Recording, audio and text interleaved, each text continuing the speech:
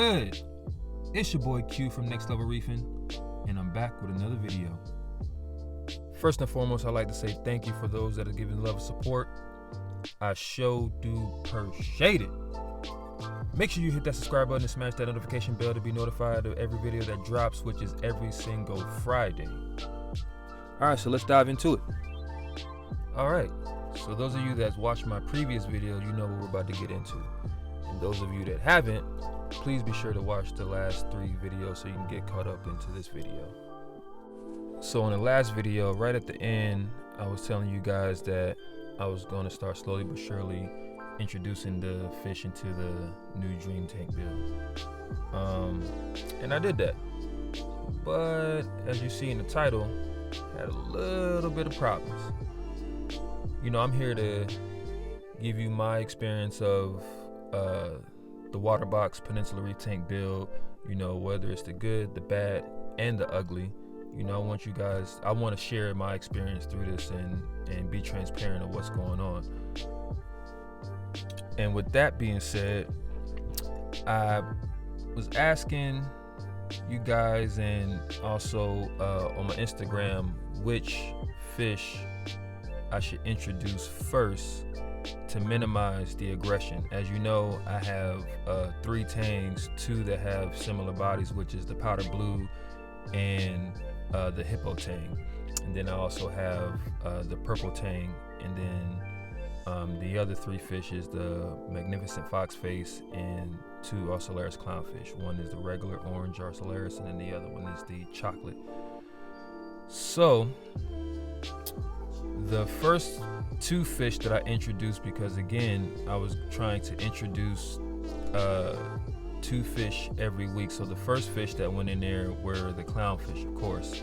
And then the next 2 fish I was trying to put in, it was a toss-up between either putting the powder blue and the HIPPO tang in together, or the purple tang and the blue tang, or the magnificent foxface and one of the other 3 tangs, right?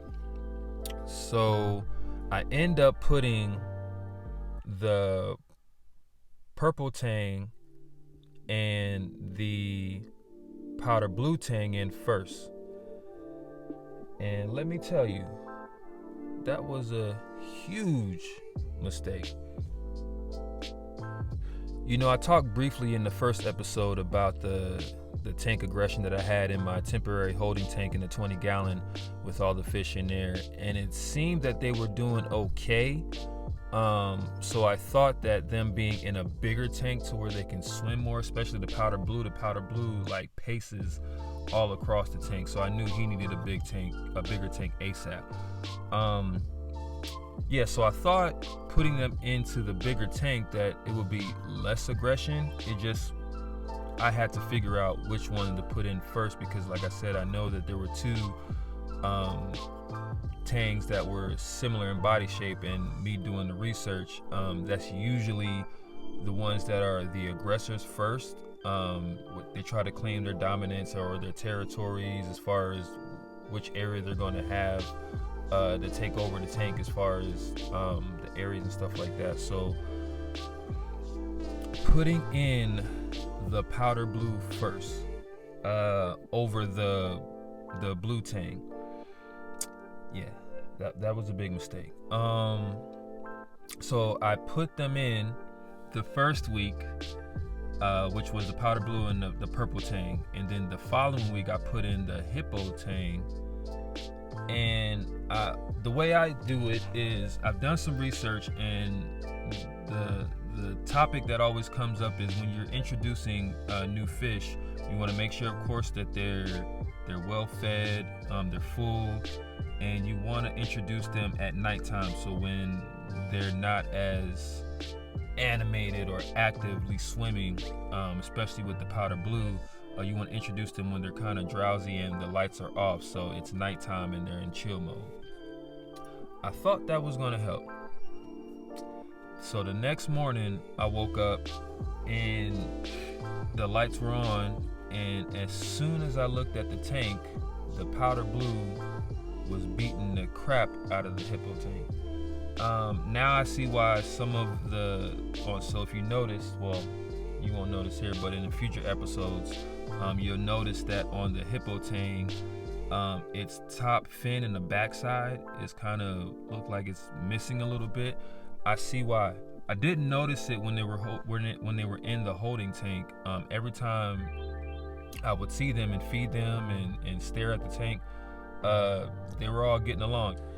So it had been at night when the powder blue was really agitating and beating up the hippo tank, because like I said, during the day, I never noticed any aggression. Like I would see them swimming like alongside, but what I've seen as far as like when they're trying to beat up or agitate a fish, they would use their back fin to slap the tail or the fish on the side, because with those powder blues and those hippo tangs, the ones that have that body style, they have like a sharp part of their body at the tip of their back fin, to where they use that to kind of like a defense mechanism or whatever. So never really noticed that.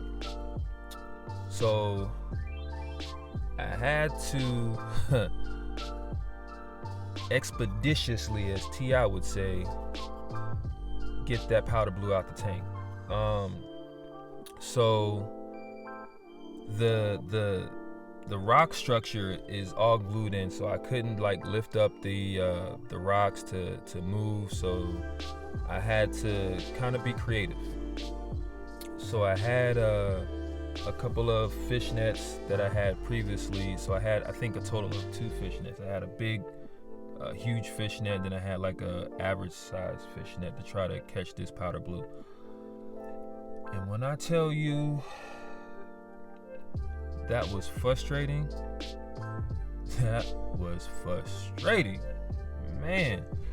I actually had to go out to PetSmart and Petco to grab a few extra fish nets, because he would swim like in the caves, like he would hide in the caves. He would go on one side of the tank and stay there. So then when I get him caught up on one side of the tank, he would like swim over the fish net to go on the other side of the tank.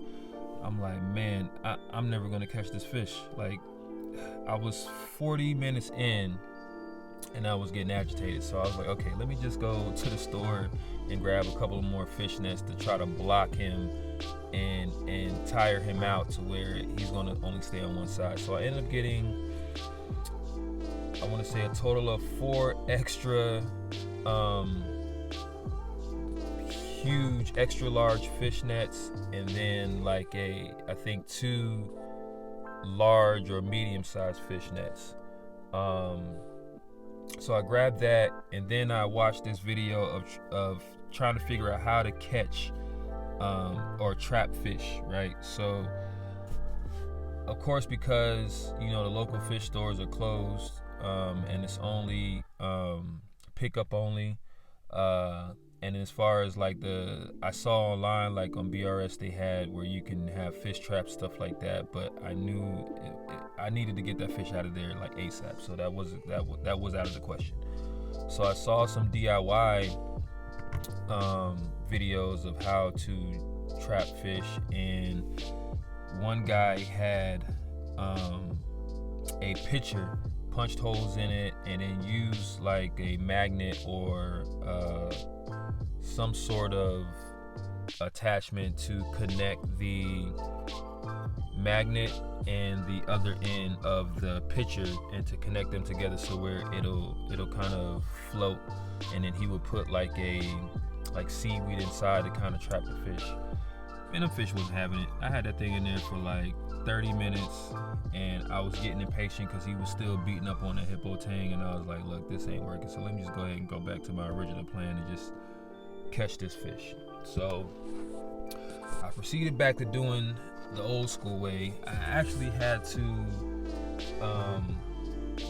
so he was actually swimming between the middle cave and the back cave. His main hiding spot was the bat cave. So it took me about 45 minutes to kind of get my thoughts together, and I was like, you know what? Let me go ahead and put all of the nets into the back tank, or the back cave, and kind of keep him in there, right?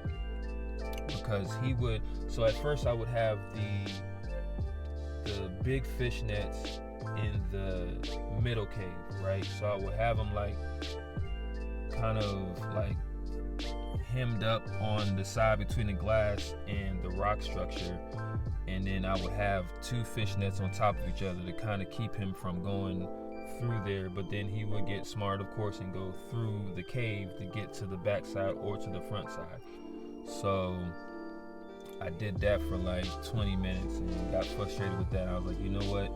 Let me just go ahead and just do one thing at a time and just put all of the nets into the back cave, because that's where he likes to hide the most. And I would have to get, I forgot what they're called, but it's like a long plastic tube where you can actually feed the corals. So I had that, and I would have to actually go underneath the bottom of the cave, because he would try to go underneath the cave and try to hide there.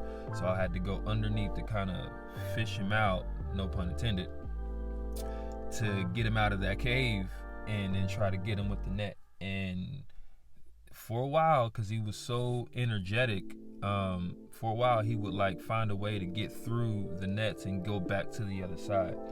So like I said, I was probably doing this thing from the total of going to PetSmart and Petco and getting all the stuff together, and then having to go to Home Depot. And let me tell you, Home Depot is not close from where I live. There's probably like 3 Home Depots in this area, and each one of them is like 15 to 20 minutes away. So it probably took a total of 3 hours to catch this little maggot. But I finally got him, and I was trying to figure out where to actually put him, because if I didn't say it, I'm not going to have a quarantine tank, because the wife is not having it, for one, and 2, we don't have enough room to actually hold a quarantine tank. So I ended up putting him in a sump. So temporarily in a sump, I put him in there, and this dude has been swimming like it's the last day on earth for him. Like, he's been going non-stop, just like he's just like pissed, like, I can't believe you put me in here, this little old thing, and I was doing fine up there, and now I'm just pissed. Like, he's swimming like he is the devilfish, just pissed.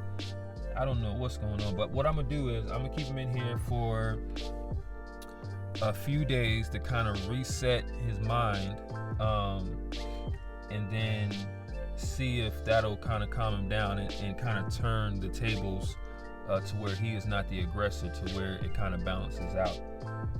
So this happened on, what day was this? It was either Monday or Tuesday that I put him in the tank, and he's been in there for, I want to say, 2 days so far. So I'm gonna try to hold out another day, just to see, just to double check and make sure, because like I said, that hippo tang, like, he beat the crap out of him. He was nibbling on his top fin and smacking him around like a rag doll.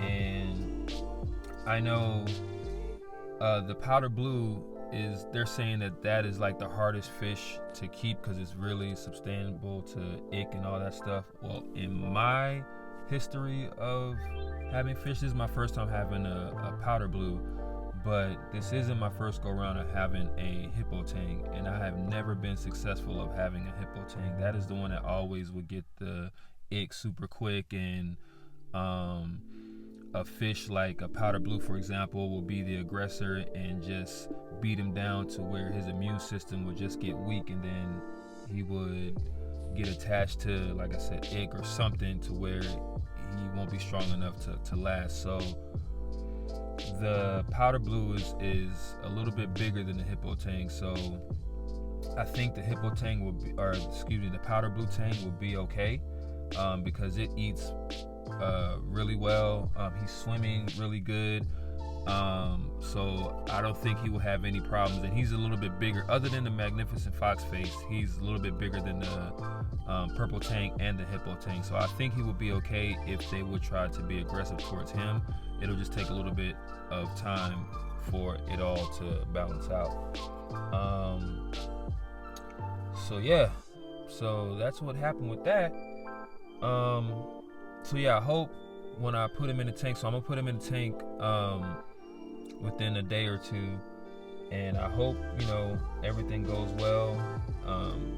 Everyone knows within this hobby, you never know what you're gonna get. Each fish has different personalities. Same thing as dogs. You can get a blue-nosed pit. It might look identical to your neighbor's pit, but they have a different personality. So the same thing with the fish.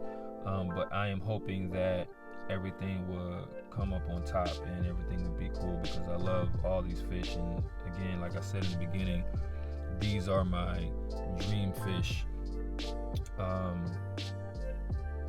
Other than the clownfish, of course, you know, you can't have a reef tank without clownfish, but you know, these are the holy grails of the fish that I always wanted. So I'm hoping everything will come out all right. So I know I talked about last week that I was going to dive into the equipment that I was getting, but I think I'm gonna hold off on that, because with this whole pandemic starting to slowly but surely get back to normal, I can finally start getting the items that I want. You know, the things that I've been looking into, of course, I need to get another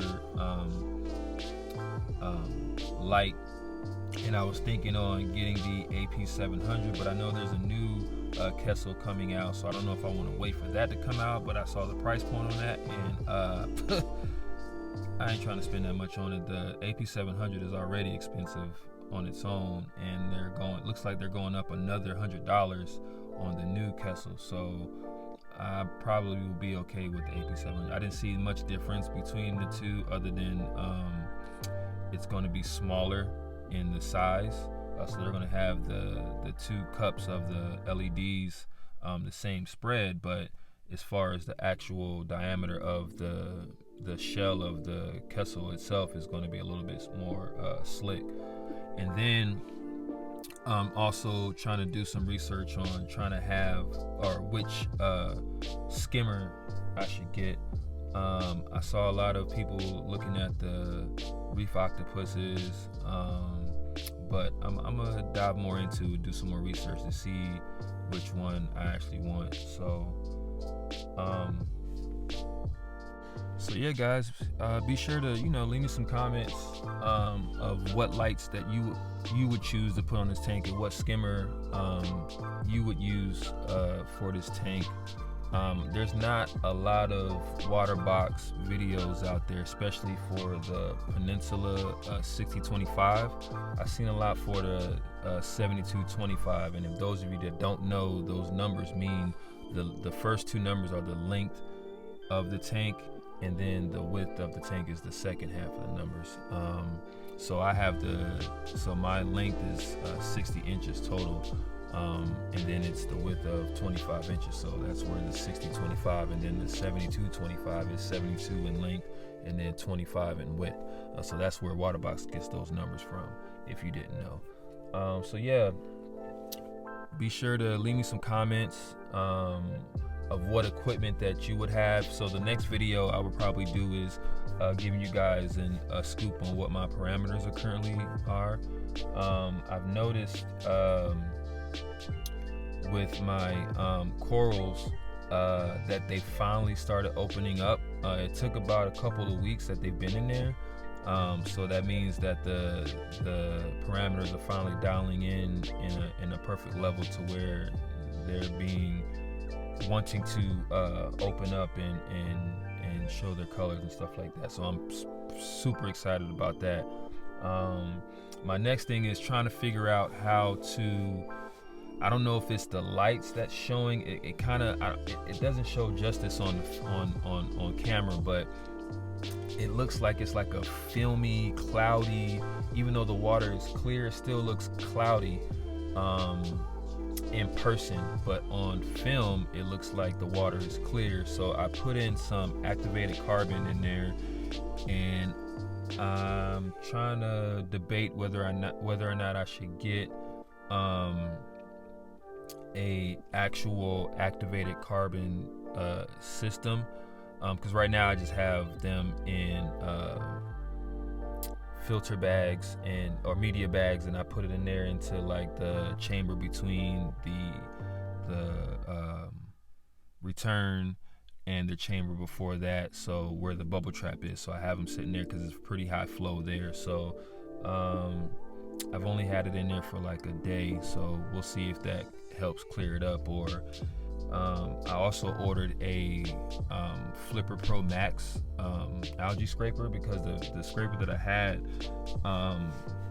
the MagaFlow, it says that it holds up to 5/8 inch, and my glass is 1/4 inch or 3/4 inch, excuse me. So it's barely holding on, and I notice if I move it, the scraper, too quickly, it'll detach itself and then float up to the top. So I know that one's not strong enough to hold, so I ordered the flipper, and it should be here by the weekend. Hopefully, I ordered it from aquacave.com, so they've been pretty quick on shipment.